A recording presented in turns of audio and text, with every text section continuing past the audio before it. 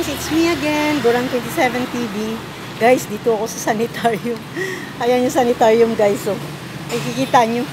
Kasi nagpapacheck up ako guys. Kasi bumalik na naman ang sakit ko guys. Nagpo-produce na naman ng fluid yung tiyan ko.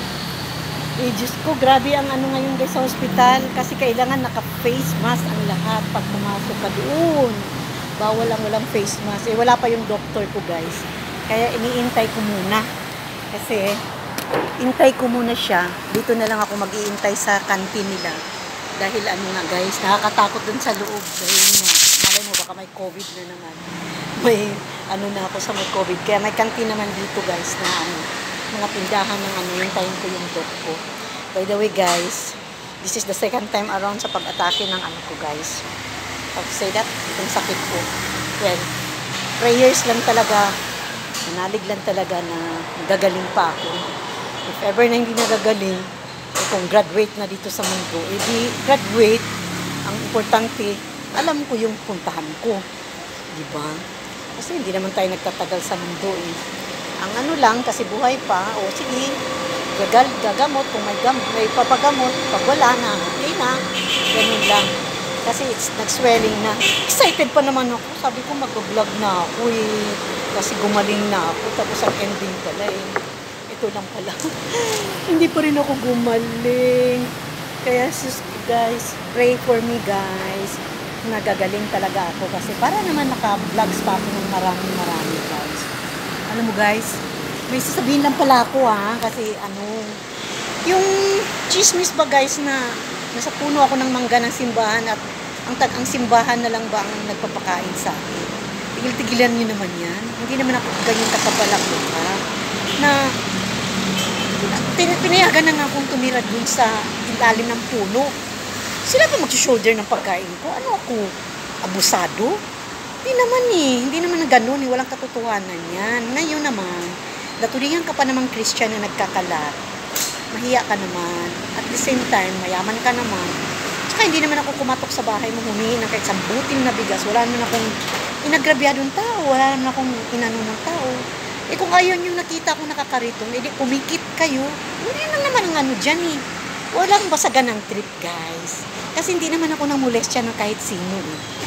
Ngayon naman, ang ano ko lang, huwag kayong ganyan yung mga naninira or nang chichismis, nang lalait sa akin. Kasi may Diyos na nakatingin eh. Eh kung baliktarin ng Diyos ang pamumuhay, eh kung ikaw daw ngayon in my shoes, anong gagawin mo? Baka mamaya, kahit sa puno ng babayabas, pagtulan mo para magiging ka. Diba? Yun lang talaga. Kaya wag tayong ano, hindi tayo ganyan.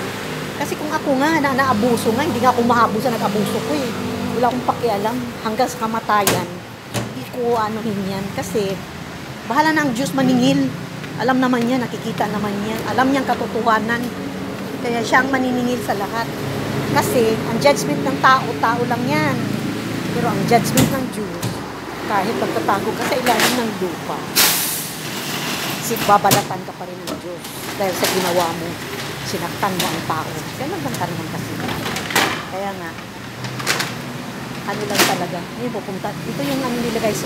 Something sa loob. Wala nang tofu eh. Kaya hindi na ako mag-ano ng tofu.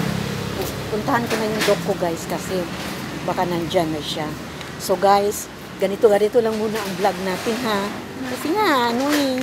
Hindi pa naman ako makatulak kasi sa kariton. Kaya, ganito lang muna talaga ang vlog. Vlog lang. Di naman ako pwede mag-vlog dun sa loob ng ano guys, yung hospital. Kaya ang daming tao guys, siksikan, my God. Grabe ang siksik talaga guys. Well, anyway guys, update ko na lang kayo kung kailan matigok sigurang. Tingnan na lang kung ano ba to. Ano ba tong ano sa akin, or cancer na ba to or whatever. Bahala na si Batman. Pero may Diyos akong pinaniniwalaan at gagaling ako. Kasi siya naman ang nakakaano sa lahat eh. Ang daming ano, may iba hindi na nga pumapasok guys. So ayaw nilang pumapasok. Kasi nga, ano, ayaw nilang pumasok. Dahil nga yun nga, nakakamas, nakakaano yung mask. Ano na nga, iyan lang. Kasi papasok na ako guys. Anyway, sa ulitin guys. Basta guys ha, ano nyo lang yung vlog ko. Update lang kayo kung interesado pa kayo mabuhay sigurang. Yung ano lang. Kasi, sa totoo lang, Wala naman akong ano eh. Ewan ko ba kung bakit bumalik to. Akala ko gumaling na ako kasi totally healed. Sa CT scan, okay naman, wala namang problem. Pero nung nag-typhoon, yun na nga, nag-ano na naman siya. Tapos nag-swelling na naman, ano.